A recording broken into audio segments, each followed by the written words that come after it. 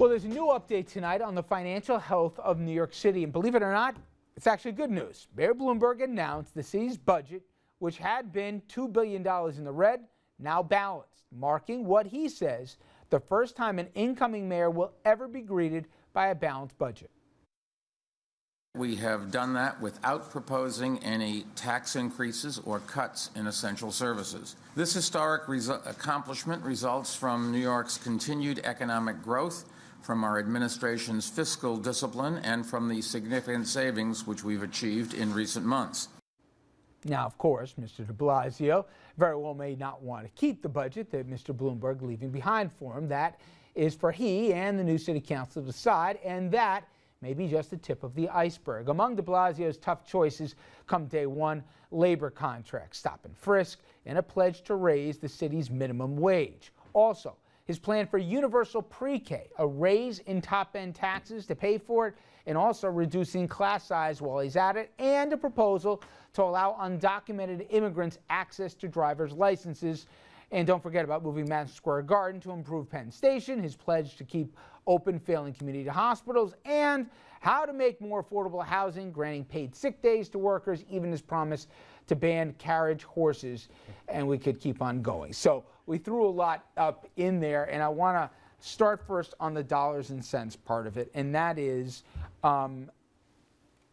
he's got contracts staring at him. And you know and I know how the process worked in the election, which was the unions really didn't come to him here until after the primary, which is when it was most important. So he doesn't owe too much, but at the same end, he's supposed to be labor's, favorite guy here. What was he, the Sandinista socialist or whatever he was called by Mr. Lota.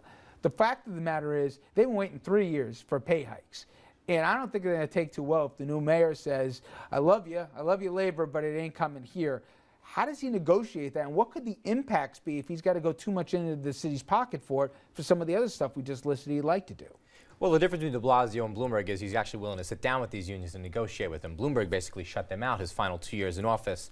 Listen, everybody's going to have to come to the table like we're at tonight and make sacrifices and come to agreements. I think there's no question that we all want contracts for the 120 different public sector unions that currently don't have one, which is unprecedented.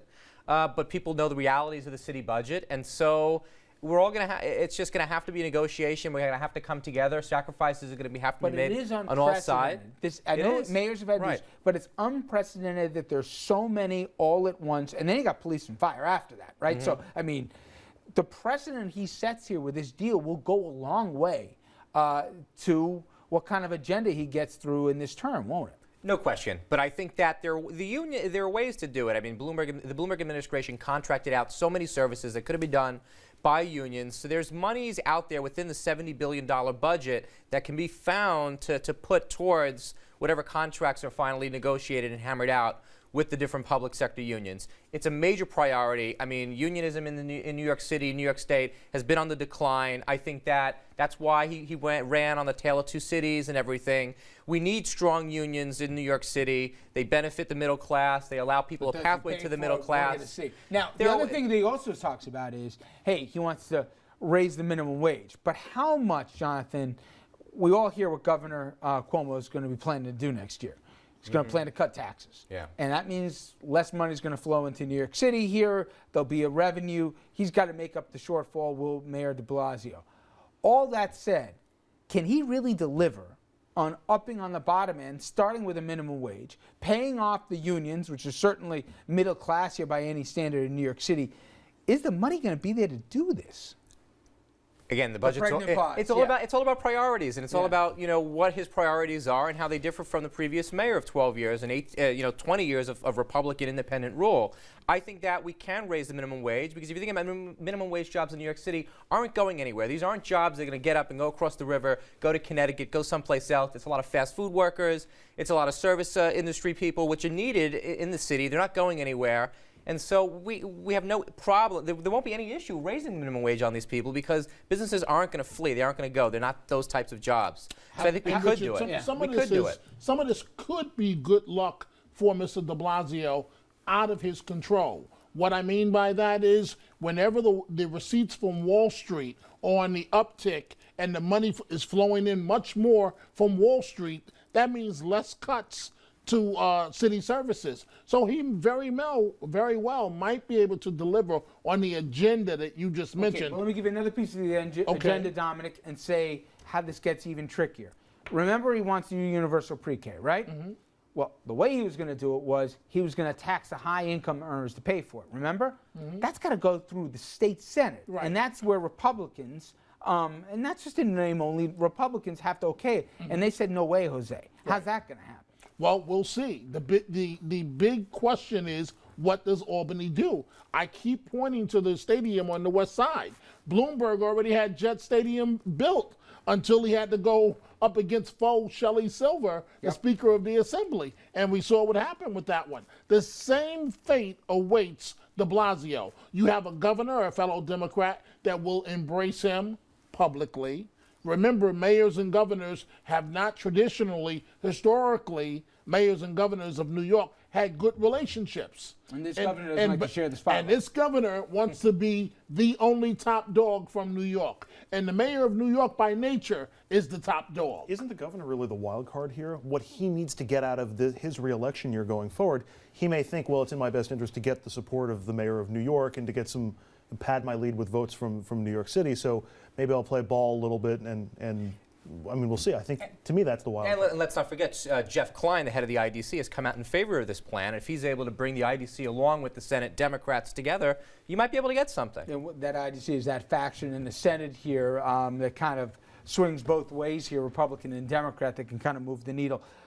Finally, he wants to have universal pre-K. He also talked about reducing class size. There's a sense, and you tell me if it's fair or not, they may not be ready for prime time, this administration. From the people that you hear that could surround it, we didn't even talk about stop and frisk and the new police commissioner. Will he be surrounded by the right people? I mean, the one thing about Bloomberg is he had top-notch deputy mayors. He paid for it, maybe out of his own pocket, but the point is he had a top team. Is your sense that the de Blasio team, day one, is ready for what is going to be a tough agenda ahead of them? No question. I think absolutely. He won with a resounding 75%, one of the greatest margins in the history of the city of New York. He's got great people working for him. He's in the process now of accumulating resumes and interviewing and putting his team together. Progressive or practical? Because I've heard two different answers to that. Well, listen, I think we're going to see a major change from the past 20 years. And if that's progressive, then that's progressive. Ultimately, I think that the city of New York, people have spoken. They want to go in a different direction. He had this massive margin of victory. He has an immense political capital. He's got great people working for him on the campaign that'll transition over now to City Hall. Coupled with the city council, which has also moved a little further left. You have fewer Republicans, and just the Democrats that were there have been replaced by more progressive people. You will see a lot of the agenda items set forth passed. Not so sure. For example, all of that talk about lowering class size, that's nonsense because they can't keep up with the building schools now. So how are you going to lower class size and you don't have the space? I mean, his heart might be in the right place. And also have universal pre-K but, and everything. Universal. Why don't you throw in apple pie with that too? All right, apple pie. We're just starting this conversation here. It's going to be certainly interesting, if nothing else. All right, up next. Justice served or justice perverted. His Kennedy cousin and convicted murderer Michael Skakel goes free on bail today. Is he the latest example of the best justice that money can buy? We're going to get into that and more as RFL continues after this.